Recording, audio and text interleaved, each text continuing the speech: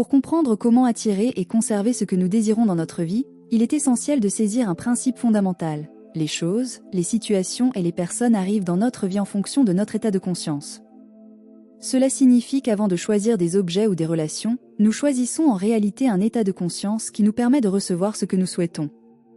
Ainsi, le travail commence dans notre esprit, avec ce que nous choisissons de vibrer intérieurement. Lorsque nous ne sommes pas conscients de ce processus, nous agissons selon l'état de conscience de nos parents ou de ceux qui nous entourent, répétant des schémas sans remise en question. Mais en s'éveillant, nous pouvons consciemment choisir un nouvel état de conscience, qui va, automatiquement, attirer dans notre vie tout ce qui est en harmonie avec cet état. Autrement dit, nous ne choisissons pas directement la voiture, la maison ou la personne spécifique, mais plutôt l'état de conscience correspondant à ces choses. Ce concept peut sembler étrange pour se habituer à l'idée de choisir directement ce qu'ils désirent. Beaucoup disent que nous devrions visualiser la voiture, la maison, la relation et penser que cela nous appartient. Cependant, cela ne fonctionne que si, en réalité, nous modifions notre état de conscience pour que ces choses arrivent naturellement, et non comme une simple liste de souhaits.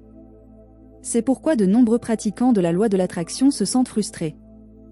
Il ne suffit pas de se concentrer sur ce que l'on souhaite, il faut aussi transformer intérieurement la façon dont on se perçoit et ce que l'on croit vraiment mériter. Imaginez une personne qui souhaite la prospérité mais vit dans un état de conscience de manque, avec peur de dépenser, toujours préoccupée par ses factures et se plaignant de son manque d'argent. Cette personne peut visualiser l'abondance, mais si sa conscience est axée sur la pénurie, elle attirera des situations qui reflètent ce manque. La réalité reflète ce que cette personne croit être, et non simplement ce qu'elle souhaite. Un exemple concret est celui de quelqu'un qui se force à acheter un objet qui, au fond, ne correspond pas à son état de conscience. Prenons une personne qui, malgré des moyens financiers limités, décide d'acheter un smartphone dernier cri, comme un iPhone, en s'endettant ou en sacrifiant d'autres besoins. Elle obtient l'objet, mais son état de conscience reste celui d'une personne financièrement précaire. Souvent, cet objet finit par se casser, être perdu ou volé, car il n'est pas en alignement avec l'état de conscience de la personne qui l'a acquis. Ce phénomène s'applique également aux relations. Une personne qui se voit comme indigne d'amour ou qui se sent constamment rejetée peut tout faire pour qu'une relation fonctionne, mais si son état de conscience est centré sur l'idée de rejet, la relation ne tiendra pas. Elle attirera des personnes ou des situations qui reflètent cette perception intérieure. Alors, comment attirer et maintenir ce que nous désirons ?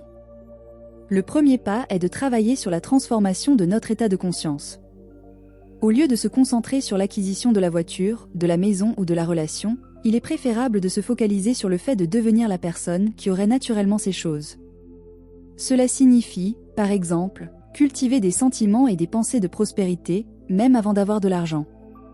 Agir comme quelqu'un qui se sent prospère implique d'être reconnaissant pour ce que l'on a déjà, de croire en l'arrivée d'opportunités, et de ne pas être obsédé par chaque centime. Cette transformation de mentalité est un processus graduel, dans lequel nous devons reprogrammer nos croyances et nous habituer à vibrer dans un état de plénitude et d'abondance. Nous pouvons y parvenir en regardant ce que nous désirons sans attachement ni forçage.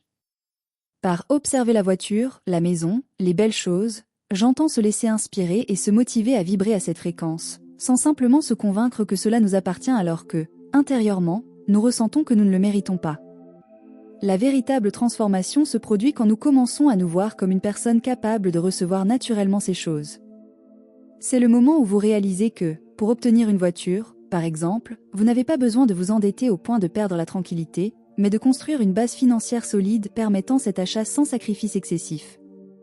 En vibrant dans un état de prospérité, les opportunités et les moyens d'acquérir ce que vous souhaitez apparaissent naturellement. Les personnes qui, en changeant leur état d'esprit, commencent à attirer de nouvelles opportunités de travail, établissent des partenariats ou reçoivent des aides inattendues pour leur croissance financière. C'est la magie de la vie. Quand nous changeons intérieurement, l'extérieur répond automatiquement, et nos désirs deviennent une conséquence, et non un objectif inaccessible. Un autre point important est que, lorsque nous acquérons quelque chose qui est aligné avec notre état de conscience, cet objet demeure dans notre vie. Il n'est pas nécessaire de lutter pour le conserver. Par exemple, une personne qui se considère prospère peut acheter une voiture coûteuse, et celle-ci sera une extension naturelle de son état intérieur. Elle n'aura pas peur de la perdre, de la casser ou de se la faire voler, car elle sait que cela fait partie d'elle-même. Cette tranquillité est le reflet d'un état de conscience aligné. Pour transformer nos états de conscience, il est essentiel de créer un environnement mental et physique qui le reflète. Si vous souhaitez la prospérité, commencez à cultiver des pensées et des comportements de prospérité, organisez votre maison, prenez soin de ce que vous possédez déjà, traitez les autres avec générosité et gratitude, et cessez de vous identifier au manque. Prenez l'habitude de remercier pour ce que vous avez et de vous comporter comme quelqu'un qui sait que le meilleur est à venir. Rappelez-vous que l'univers ne répond pas aux demandes de désespoir ou de besoin, il répond à ce que nous vibrons.